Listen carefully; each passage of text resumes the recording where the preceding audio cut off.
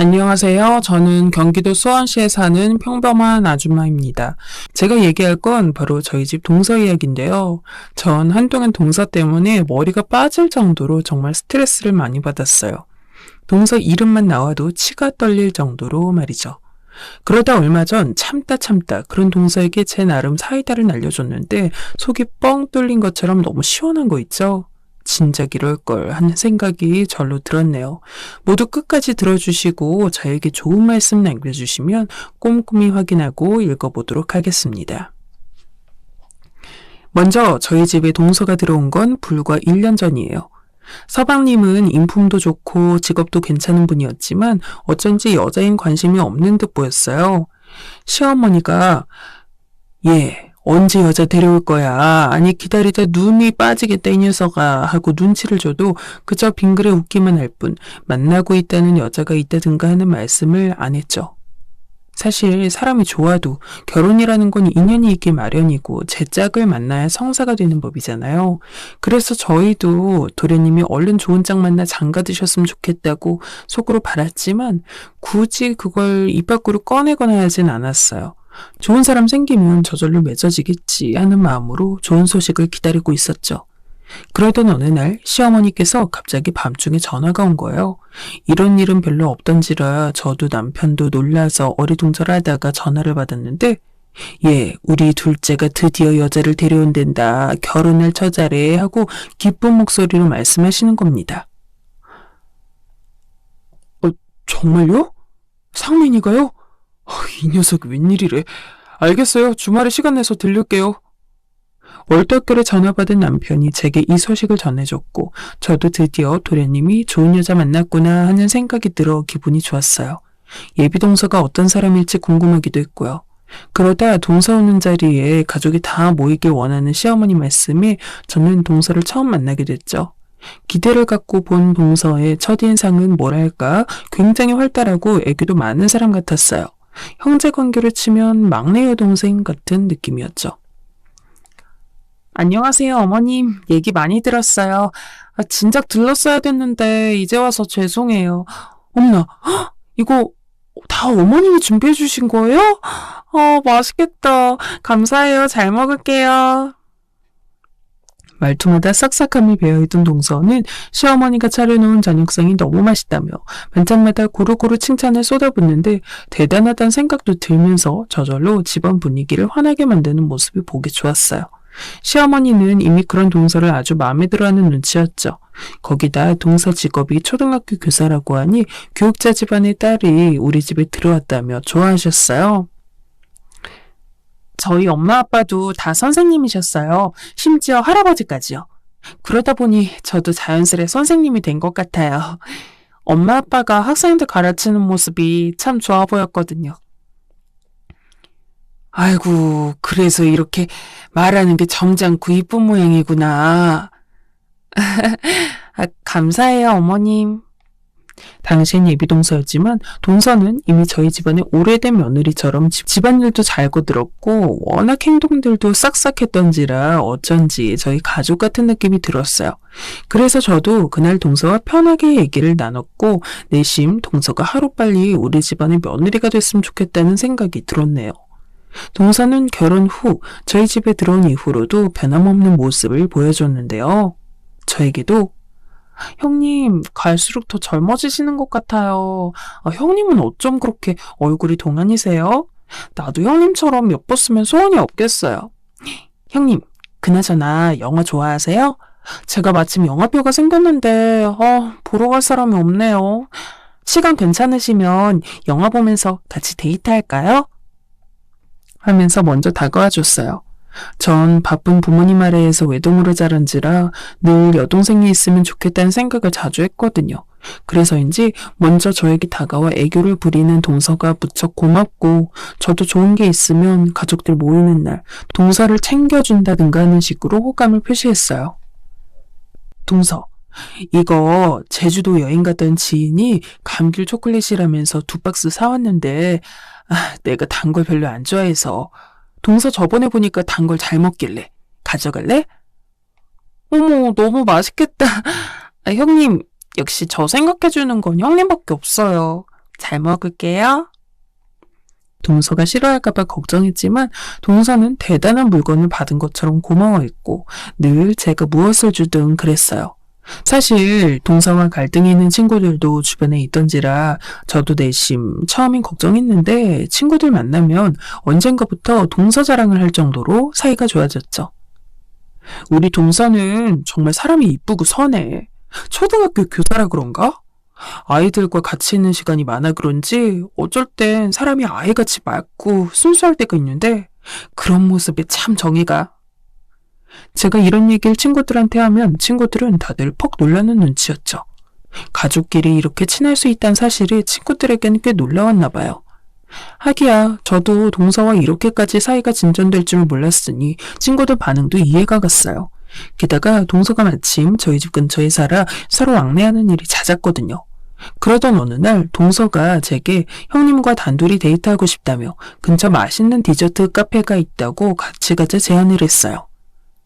형님, 거기가 케이크도 맛있고 커피도 무지 맛있대요. 간만에 저희 둘이서 오붓하게 커피 마시면서 수다 떨어요. 드릴 말씀도 있고요. 아, 그럴까? 나도 마침 애들 학원 보내서 적적하던 데였는데. 잘 됐다. 그럼 준비하고 나갈 테니까 조금 있다가 봐, 동서.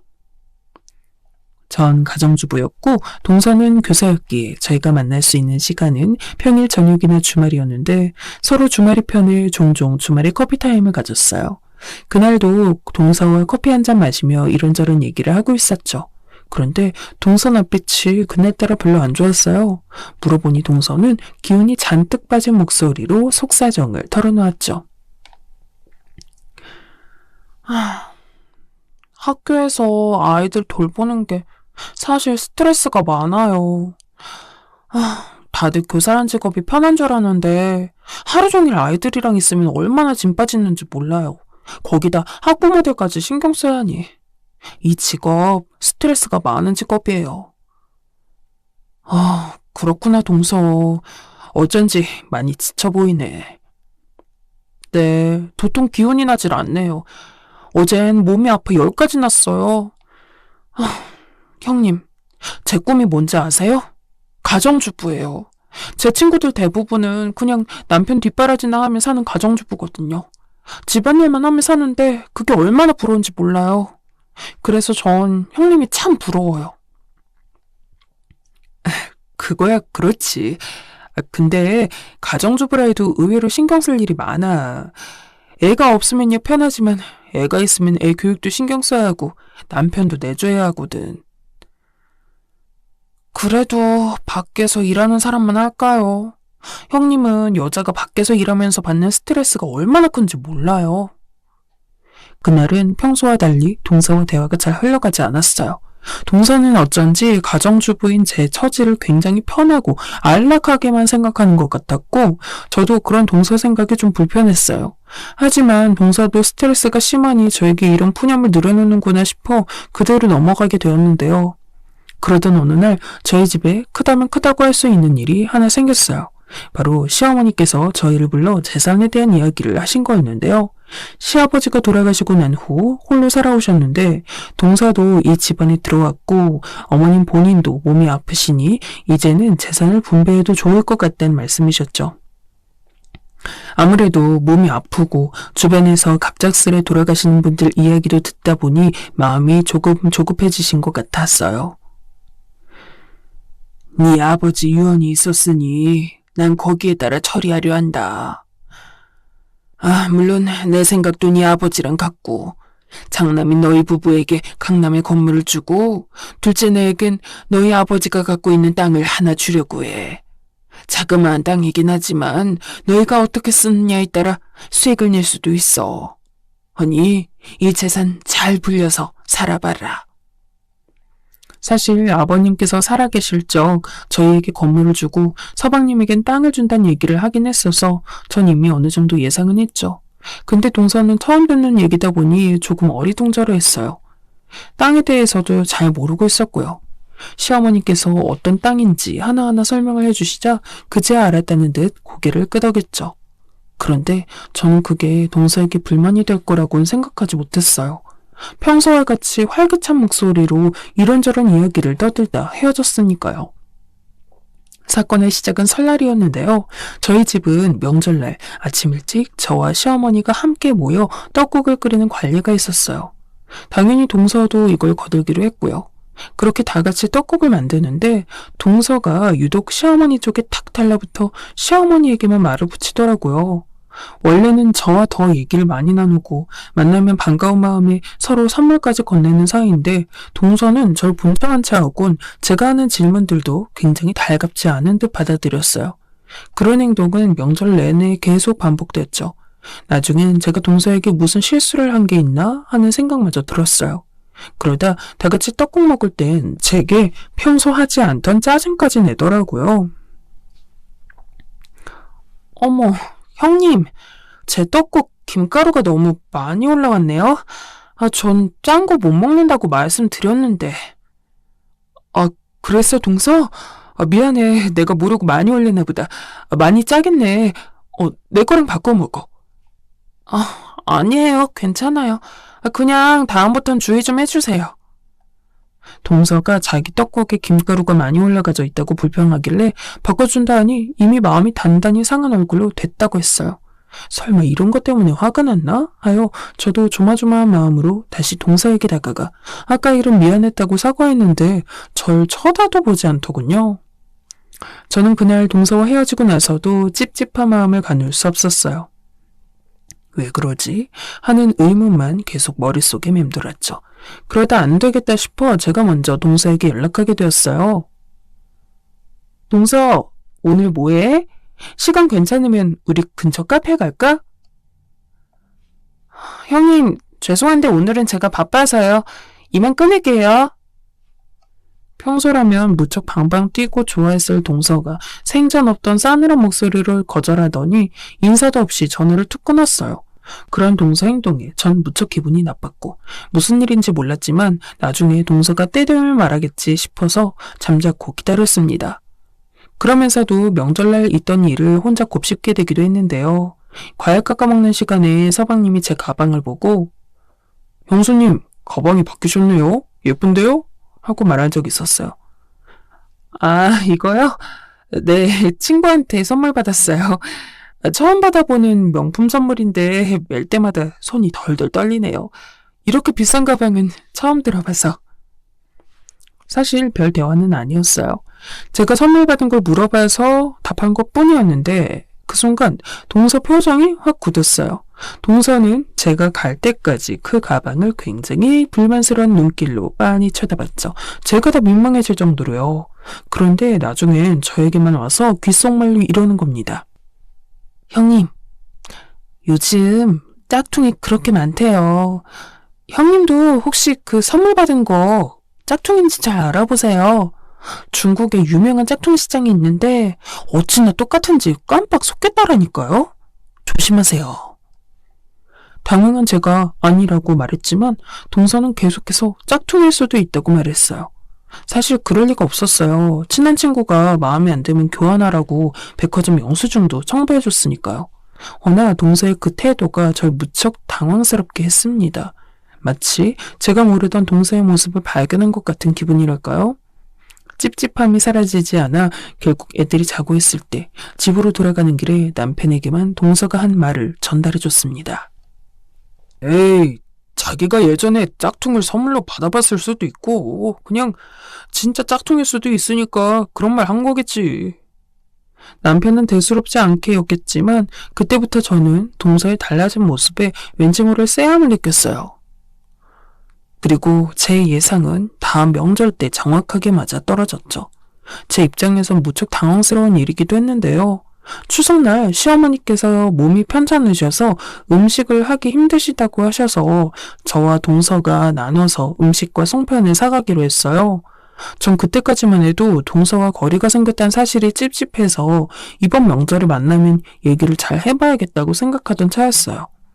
그런데 명절날 송편을 사서 시댁으로 가니 동서가 이미 부엌에서 일을 하고 있더라고요. 동서, 일찍 왔네?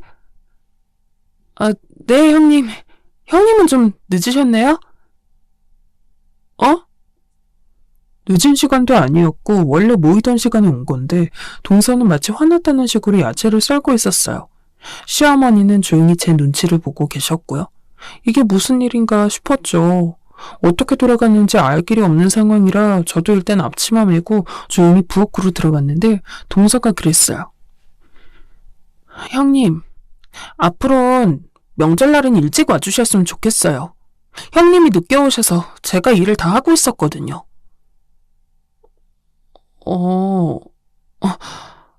우리 이번 명절엔 음식 사오기로 하지 않았나? 난 어머님께 그렇게 전달 들었는데. 형님, 그걸 고지고대로 믿으세요? 어머님이 말만 그렇게 하신 거지. 당연히 저희가 일하시길 바라는 거 모르세요? 밖에서 음식 사 먹는 거 가뜩이나 안 좋아하시는데 명절날까지 사 먹는 걸 좋아하시겠어요? 저는 순간 할 말을 잃었습니다. 근데 시댁살이는 제가 더 많이 하지 않았겠어요? 시어머니는 제가 더 잘 알지 않겠냐고요. 저희 시어머니 그런 걸로 며느리 탓하실 분도 아니시고 빈말로 음식 사오라는 소리 하실 분도 아닙니다. 동서가 단단히 착각한 듯 했죠. 그래서 저는 아니라고 차분하게 설명을 해주려 했어요. 그런데 동서는 이미 제 말은 들을 생각도 않고 완전히 혼자 삐져선 귀 닫고 요리만 하더군요. 그런 동서의 모습에 저도 답답함을 느껴서 그냥 한숨만 푹 쉬곤 일만 했습니다. 부엌 일을 하면서도 동서와 내 사이가 왜 이렇게까지 됐을까 말로 풀면 풀릴 일인데 왜 혼자 생각하고 결정짓는 건지 동서를 이해할 수 없었죠. 그리고 다 같이 둘러앉아 간단히 밥 먹으려 상을 차리는데 그때는 언제 그랬냐는 듯 또 활기차게 말을 이어갔어요. 제 앞에선 온갖 표정 다 구기고 앉아있더니 시어머니 있는 자리에선 자기 직장에서 일어난 일, 집에서 생긴 일들을 말하며 끊임없이 웃어댔어요. 마치 제 앞에 있는 동서가 이중인격 같았어요. 저는 밥이 코로 들어가는지 목으로 들어가는지 모른 채 주섬주섬 밥알을 넣었고 맞은편에 있는 동서를 바라보며 얼른 이 시간이 지나가길 바랐습니다. 시어머니는 나중에 동서에게만 따로 수고비를 주시며 아침부터 일해줘서 고맙다는 말씀을 하셨죠. 아가, 네가 고생이 많았다. 근데 이제부턴 일하지 않아도 돼. 나도 허리가 아파서 음식을 못하니까. 니네만 시키기 미안해서 그래. 아니에요, 어머님. 제가 좋아서 한 일인데요. 어머님이 맛있게 드셨으면 됐어요. 다음에도 저희끼리 음식할게요. 형님도 괜찮으시죠? 그럼 괜찮고 말고. 네. 여러분도 눈치채셨겠지만 황당했던 부분은 바로 이거였어요. 동서가 제게 어떤 상의 없이 시어머니에게 앞으로 음식은 저희가 새벽부터 와서 하겠다고 한 거예요. 동서는 상의할 생각도 없어 보였어요. 그 후 명절날은 저희끼리 음식을 하게 됐는데 그때부터 저와 동서의 갈등은 크게 심화되기 시작했습니다. 명절 당일 동서가 새벽부터 저에게 전화를 걸어 이런 말을 한 게 사건의 불씨였는데요. 형님은 주부시니까 시간이 많이 남잖아요. 그러니까 저보다 좀 더 일찍 오셔서 이것저것 준비해 주세요. 장도 형님이 봐주실 수 있죠? 제가 목록 보내드릴 테니까 이대로 빠짐없이 다 사와주세요. 그럼 부탁 좀 드릴게요. 하고 끊은 겁니다. 갑자기 난데없이 장을 보라고 하며 일찍 준비하라고 하는 그 말에 전 얼떨떨했고 화가 났어요. 다시 동서에게 전화를 걸었지만 동서는 전화를 받지도 않았고요. 결국 일단 장을 보고 시댁에 들어가게 됐는데요. 역시나 동서는 없었고 시어머니 혼자 불편한 몸으로 국을 끓이고 계셨습니다. 왔구나 아가. 이것 좀 도와다오. 네 어머님. 쉬고 계세요. 제가 할게요. 시어머니는 제가 오자 조금 쉬러 가셨고 저는 시어머니를 부엌에서 내보낸 뒤 음식을 만들기 시작했어요. 한두 명 사람 걸 만드는 게 아니었기 때문에 음식 준비는 꽤 많은 시간이 걸렸죠. 솔직히 그 많은 음식을 다 하려니까 저도 힘이 많이 들었습니다. 동서가 와야 좀 편할 텐데 동서는 올 기미도 안 보였죠. 제가 땀을 뻘뻘 흘리며 이것저것 준비하고 거의 음식 준비가 막바지에 이르러서야 느지막이 동서네가 도착했어요. 동서는 늦어서 미안하단 말도 없이 부엌에 와선 제가 만든 음식들을 맛보기 시작했고 이건 간이 짜네 맞지 않네 하며 음식에 대한 평을 했어요. 그러면서 하는 말이 형님, 음식이 대체로 맛있긴 한데요. 간이 안 맞는 음식들이 좀 있네요. 아, 주부이신 형님에게 이 정도 음식은 어려운 수준이 아닌데 왜 이렇게 만드셨어요? 였어요. 거기서 저는 폭발을 해서 동서에게 한마디 하고 말았죠. 동서, 지금 늦게 와놓고 그게 나한테 할 말이야? 우리 아침에 만나기로 하지 않았나? 형님, 뭐 이런 걸로 혼자 예민하게 굴고 그러세요. 참 이상하시네. 저 어제 일하느라 너무 바빴어요. 그래서 오늘 아침에 일어나기 어려울 것 같아서 형님에게 좀 부탁 좀 드린 건데. 그게 그리 싫으셨어요? 뭐라고? 난 지금 그 말을 하는 게 아니잖아. 늦었으면 미안하다는 말을 하든가. 그런 말 하나 없이 부엌에 들어와서 만들어 놓은 음식에 안 좋은 소리만 늘여놓으니 하는 말이잖아. 제가 왜 형님에게 미안해야 하죠? 형님은 저보다 시간적 여유가 많으신 거잖아요. 솔직히 말해서 애들이 어린 것도 아니고 학원 보내고 나면 남는 게 시간이실 텐데요. 전 일하는 사람이니 이런 휴일날은 조금이라도 잠을 자야 한다고요. 그래서 부탁드린 건데 그 정도도 이해 못 해주세요? 동서, 저번에도 동서가 나한테 주부일 편하겠다고 말한 거 기억하는데 내가 말했지만 주부라 해서 그런 식으로 비난하는 건 내 입장에서도 기분 나쁠 수 있어. 그렇다면 이 세상 가정주부들은 다 할 일 없이 노는 사람들이야? 동서처럼 일하는 사람만 바빠? 가정주부도 집에서 해야 할 일들이 많아.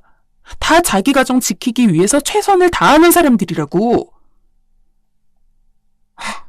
일은 무슨... 형님, 저 같은 사람은 집안일도 해야 하고 바깥일도 해야 돼요.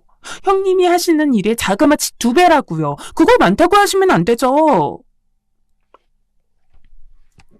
동서와 저의 말싸움은 그렇게 가열되기 시작했고 동서도 제가 자꾸 맞받아치니 그게 짜증냈는지 점점 말이 도를 넘기 시작했어요.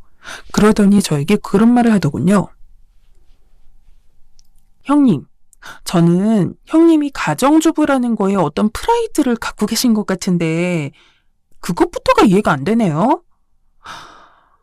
솔직히 말해서 가정주부 되기 위해서 뭐 자격증이 필요한가요? 뭐가 필요한가요? 그냥 결혼하면 남편 돈 받고 사는 거 아니에요? 그런 사람이 뭐 대단하다고. 저한테 자기도 바쁘다느니 최선 다한다느니 그런 말들 하시는 거예요? 결혼해서 취업한다는 취집이라는 말이 왜 있겠어요? 그냥 남편한테 편하게 묻어가는 삶이잖아요. 현실을 직시하지 그래요? 정말이지 동서의 말은 너무나 기겁차고 황당했습니다. 사람이 너무 어이가 없으면 말이 안 난다고 저는 너무 화가 나서 뻔뻔스레 제가 만든 잡채를 우적우적 씹으며 내뱉는 동서의 뺨을 한 대 후려치고 싶었습니다. 동서, 말은 바로 하자. 지금 내가 가정주부라고 비꼬고 싶은 모양인데 나 주부라고 해서 노는 사람도 아니고 나도 엄연히 내 일이 있는 사람이야. 동서가 날 무시하거나 비난할 권리 같은 건 없어. 그리고 동서, 나는 사람이 해야 할 말과 하지 말아야 할 말은 구분할 수 있어야 된다고 생각해. 동서 말대로라면 내가 남편 돈이나 받아먹으며 아무것도 안 하는 배짱이나 다름없는데 동서는 어떻게 상대방의 기분이나 감정 같은 건 전혀 고려하지 않고 말할 수가 있어? 그런데 옆에서 이 말을 들었는지 남편이 와선 한마디를 얹게 되었고 그게 시어머니 귀에까지 들어가 급기야 집안 싸움이 되고 말았어요. 아니, 이게 무슨 소리냐? 왜 명절 아침부터 소리가 오가는 거야? 니들 싸웠니? 둘째는 얼굴이 왜 그러냐? 어머님, 그게 아니고요. 형님 정말 모진 사람이에요. 저한테 글쎄 뭘 했는지 아세요? 제가 어제 너무 피곤해서 도저히 아침에 일찍 못 일어날까봐 형님한테 장을 봐달라고 부탁했거든요. 근데 그 일을 가지고 저렇게 화를 내시는 거예요. 뭐? 그게 사실이냐, 큰애야? 네, 이런 건 드라마에서나 볼 법한 상황인 줄 알았는데 동서는 정말 눈 하나 깜빡하지 않고 시어머니 앞에서 눈물까지 흘리며 열연을 펼쳤어요. 저도 남편도 그런 동서의 행동에 어처구니가 없어 시모에게 해명하려 했지만 시어머니는 이미 동서 한쪽 말만 듣고 화가 나버리셨어요. 이럴 거면 그냥 밖에서 사 먹자. 니네들 싸우라고 음식 시킨 거 아니야. 가끔 와 싸우고 가면 내 마음이 어떻겠니? 그렇게 그날의 명절은 가족 간에 서로 오해와 상처만 남은 채 끝나버렸고 저도 괜히 서글픈 마음에 눈물이 나서 엄마에게 전화를 하여 하소연하다가 잠들었네요. 남편이 비록 제 마음을 알고 옆에서 위로해주긴 했지만 그런다고 마음이 풀리지도 않았어요. 그저 동서 얼굴을 가급적 볼 일이 없길 그것만 바랄 뿐이었죠. 이제는 동서 얼굴을 보는 것조차 불편해져 버렸으니까요.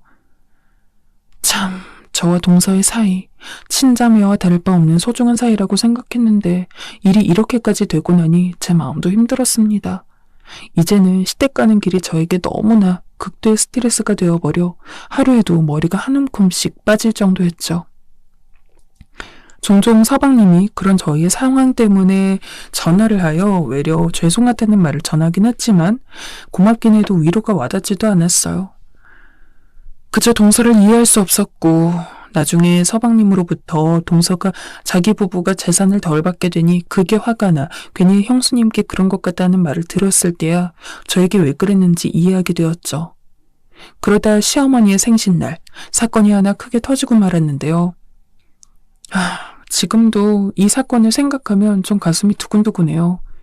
시어머니는 생신 전 저희를 불러 미리 이번 생일은 간단히 외식하고 끝내자고 말씀하셨어요. 아무래도 저희가 음식 준비하면 또 2번 힘드니 그렇게 하시자고 결정을 내리신 것 같았죠.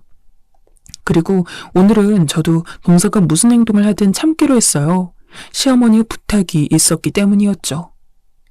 요즘 너희 둘이 사이 안 좋은 거 알고 있다. 허나 이번만큼은 제발 좋게 넘어갔으면 좋겠구나. 큰애니가 그래도 윗사람이니 날 봐서라도 전처럼 사이좋게 지냈으면 싶구나. 네. 걱정 끼쳐드려 죄송해요. 알겠습니다, 어머니. 시어머니께서도 계속 신경이 쓰이셨는지 절 따로 불러 그런 부탁까지 하셨고 저 또한 시어머니 생일을 저희 간의 일로 망치고 싶지 않았어요. 그래서 무슨 말을 들어도 못 들은 척 넘겨버리려 했죠. 그런데 그날따라 동서는 시어머니 앞이라 그런지 저에게 날선 태도를 보이지도 않았고 외려 저에게 잘해주려 했어요. 그것마저 얄미웠지만 저도 남편도 포커페이스를 유지한 채 묵묵히 식사만 했습니다. 그리고 생일 선물을 각자 전달하는 시간이 다가왔는데요. 저희는 늘 그랬듯 용돈을 챙겨드렸고 저희 애들은 스킨로션 같은 화장품을 시어머니에게 드렸어요. 아이고 우리 새끼들 고맙구나. 잘 쓰마. 비록 비싼 화장품은 아니었지만 어머님은 손주들의 선물을 무척 흐뭇해하셨죠. 또 저희 아이들은 할머니께 이런저런 자랑을 했어요. 학교에서 수학시험 100점 맞은 거라든지 상장 받은 걸 얘기했고 시어머니도 들으며 흐뭇해했죠. 분위기는 다른 때와 달리 화기애애했고 물론 동서의 표정은 좋지 않았지만 그것만으로도 좋았습니다. 그런데 그렇게 집에 돌아와 잘 준비하고 애들을 씻기고 있는데 저희 둘째 애가 충격적인 이야기를 전했어요. 그 일로 남편은 버럭 화를 내며 동서 욕을 했고 전 단단히 화가 나 동서에게 전화를 걸게 되었죠. 동서, 나 할 말이 있는데 오늘 시간 좀 되면 보지? 형님, 전 시간 없는데요? 왜 방금 들어온 사람을 불러내시는 거예요? 하실 말씀 있으면 전화를 하세요. 곱게 말할 때 나오지 그래? 지금 나도 이도 화가 아주 많이 났으니까. 옆에서 남편까지 동서에게 소리치니 동서는 어쩔 수 없다는 듯 나왔어요. 하지만 앞에 앉아있으면서도 자기가 왜 여기 불려왔는지 모르는 얼굴로 절 쳐다봤죠. 동서, 우리 애들한테 한 말을 방금 전해 들었는데 말이야. 동서가 우리 애들한테 그랬다며? 내가 고졸이라서 지식이 짧을 테니 모르는 건 동서한테 물어보라고. 지금 그게 어른으로서 할 말이야?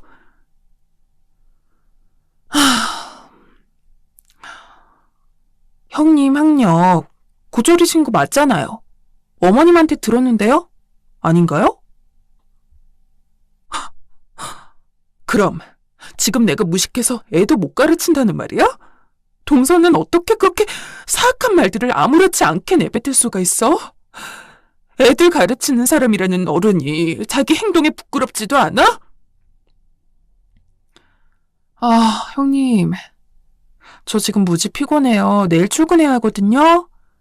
형님이야 내일 할 일이 없어서 오늘 늦게 자든 상관없겠지만 전 아니라고요. 그리고 저한테 그런 소리 듣기 싫으시면 대학을 다시 가시든가요. 왜 자격지심을 저한테 푸시는 건지 모르겠네요. 뭐, 뭐? 아니면 저처럼 일을 하셔서 능력을 증명하시든가요. 하기야. 형님은 경력이 단절됐으니 어디서 일하시는 것도 힘드시겠죠. 격리일이라도 안 될 테니 말이에요. 동서는 이제 대놓고 절 무시하는 태도로 변하고 있었어요. 전 여기서 더 참지 못했고 동서의 머리채를 잡아버렸습니다. 그때 사람들이 절 보든 말든 그건 제 눈에 들어오지도 않았죠. 저도 이성이 끊겨 동서에게 손을 휘두르고 말았고 잘못된 행동이라는 걸 알지만 그런 모욕적인 말들을 그냥 두고 볼 수 없었어요. 그리고 동서는 그 일을 그대로 시어머니께 일러바쳤죠. 형님이 자기 머리채를 잡아 아주 갖은 쪽을 다 당했다며 더 이상 제 얼굴은 보고 싶지 않다고요. 당한 건 저였지만 정말 억울했습니다. 고졸이란 이유로, 가정주부란 이유로 자기 자식 하나 못 가르치는 여자가 됐는데 어떻게 제가 화가 나지 않을 수 있었겠어요? 하지만 시어머니는 제 이야기를 들을 생각보단 그저 동서 입에서 흘러나온 얘기만 우선적으로 믿고 절 혼내셨죠. 거기다 제가 더 힘들어진 건 동서가 임신하면서부터였어요. 시어머니는 예전부터 은근히 아들 손주를 원했는데 동서가 아들을 임신했다는 걸 안 이후로부터는 유독 동서에게 잘해주기 시작했어요. 원래부터 저에게 불만이 있으셨던 걸까요? 그걸 말하지 못했을 뿐이었을까요? 처음엔 그저 제가 오해하는 거라 믿고 싶었지만 제 남편 사업이 잘 안 되면서부터 시어머니께선 그러니 네가 일을 같이 해서 돈이라도 모아놔야 했는데 하는 말로 제 속을 긁어놓았죠. 어머님, 저도 일하고 싶은데요. 지금 보살펴야 할 아이들도 있고 남편 사업도 아주 안 되는 건 아니라 기다리고 있는 중이에요. 사실 제겐 남편의 부족한 자금을 처리할 수 있는 방법도 있었고 남편도 그걸 알고 있었지만 저희는 따로 시어머니에게 말씀드리지 않았고 그저 열심히 살고 있으니 지켜봐달라고만 했습니다. 그런데 시어머니는 그것도 마음에 안 드셨는지 제 앞에서 대놓고 한숨 쉬며 저와 동서를 비교했어요. 시작은 동서가 먼저 하곤 했죠. 형님, 그러니 일이라도 하셨어야죠. 그랬으면 사는 형편이 지금보다 나으셨을 텐데. 제가 일자리라도 알아봐 드릴까요? 형님, 청소부나 식당 일자리 같은 거 정도는 하실 수 있잖아요. 아직 나이가 많진 않으니 뽑아줄 거예요. 동서, 마음은 고마운데 됐어. 그리고 우리 사는 형편이 뭐 어때서 그래? 잠깐 사업이 안 되는 것뿐인데 그걸 가지고 헐뜯을 필요는 없잖아. 어머님, 답답하시겠지만 조금 더 지켜봐 주세요. 그 일 반드시 일어날 거예요. 저도 믿고 있고요. 저희끼리 잘 헤쳐나가 볼게요. 에휴, 그게 언제 된다니. 언제까지 기다려야 하냔 말이다. 네 동서는 열심히 일해 돈을 모아놨으니 둘째 애가 잠깐 직업을 잃는다 해도 생계에 문제가 없는데 너네 사정은 다르지 않니? 어머님 말 틀린 거 없었어요. 하지만 사람이 힘든 상황에서 남편 앞에서 제 앞에서 굳이 그런 말 할 필요 있었을까요? 그저 지켜봐 주시면 좋을 텐데 남편도 어머님 말에 잔뜩 기가 죽었고 저도 덩달아 기분이 좋지 않았어요. 그러던 어느 날 남편 사업이 차차 회복되어 가고 있을 무렵 동서가 아직도 저희 집 형편이 안 좋다고 생각했는지 절 제대로 열받게 했고 전 안 되겠다 싶어 동서에게 제가 가진 것을 밝히기로 마음먹었습니다. 사실상 이런 날이 올 거라고는 예상 못했어요. 처음엔 시어머니가 저에게 전화를 걸어 동선의 언니 학원으로 가보라고 대뜸 연락하셔서 이게 뭔 일인가 해서 가봤어요. 그런데 동서가 와 있었어요. 형님, 저희 언니 학원 청소하시는 분이 오늘 안 나와서 청소일 좀 부탁드리려고 불렀어요. 괜찮죠? 학원이 크지 않아서 어렵진 않을 거예요. 수고비는 한 5만 원 정도 드릴게요. 대걸레는 화장실에 있고, 우리 학생 하나가 아까 실수를 해서 변기도 뚫어주셔야 할 거예요. 일 열심히 해주고 가세요. 애들이랑 그 돈으로 맛있는 거 사 먹으시고요. 뭐? 그러니까 청소를 시키려 날 불렀단 말이야? 네. 형님 사정도 어려우시니 제가 한번 봐드린 거예요. 저희 사이가 그리 좋진 않지만 이럴 때 가족 노릇 해야지. 뭐 하겠어요? 그러니까 이 모든 게 나를 위한 거다? 기가 막혀. 뭐가 기가 막히다는 거예요?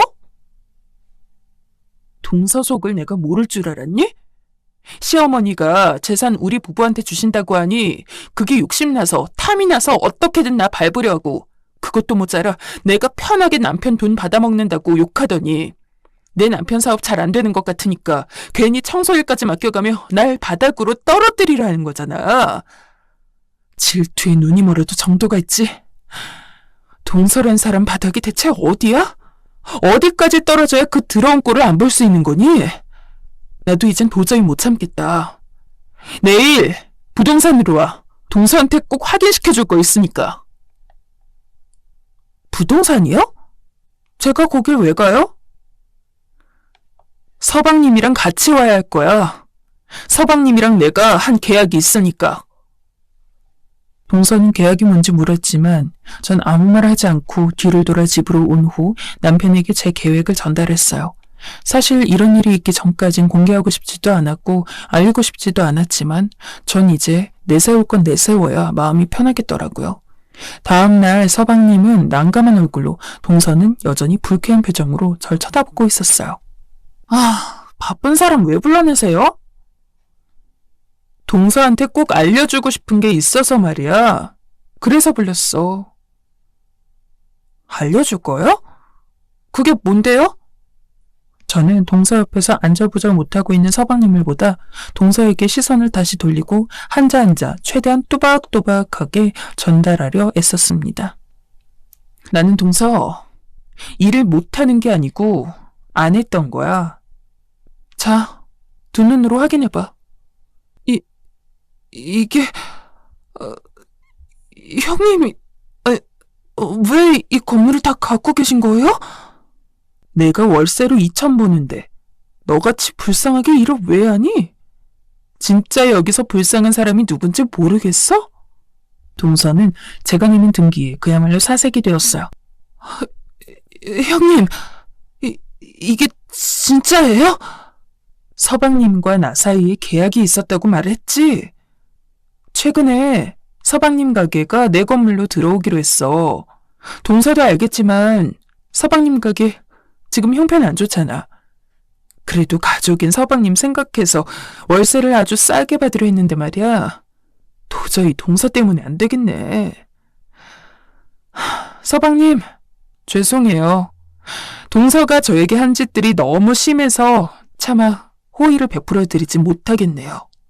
제 말이 끝나자마자 서방님의 안색은 굳어졌고 동서는 어리둥절해하며 서방님을 바라봤습니다. 그제야 서방님은 한숨을 쉬며 그래서 내가 형수님께 잘하라 했잖아 하고 힘없이 말하는데 서방님도 보기 안쓰러웠어요. 사실 서방님 가게가 잘 안 되고 있는 건 동서도 모르고 있던 사실이었죠. 전번날 서방님이 저희 집에 찾아와 사정을 털어놓으면서 안사람이 난리칠까봐 아직 비밀로 하고 있다고 했기에 저도 동서에게 따로 티내지 않았죠.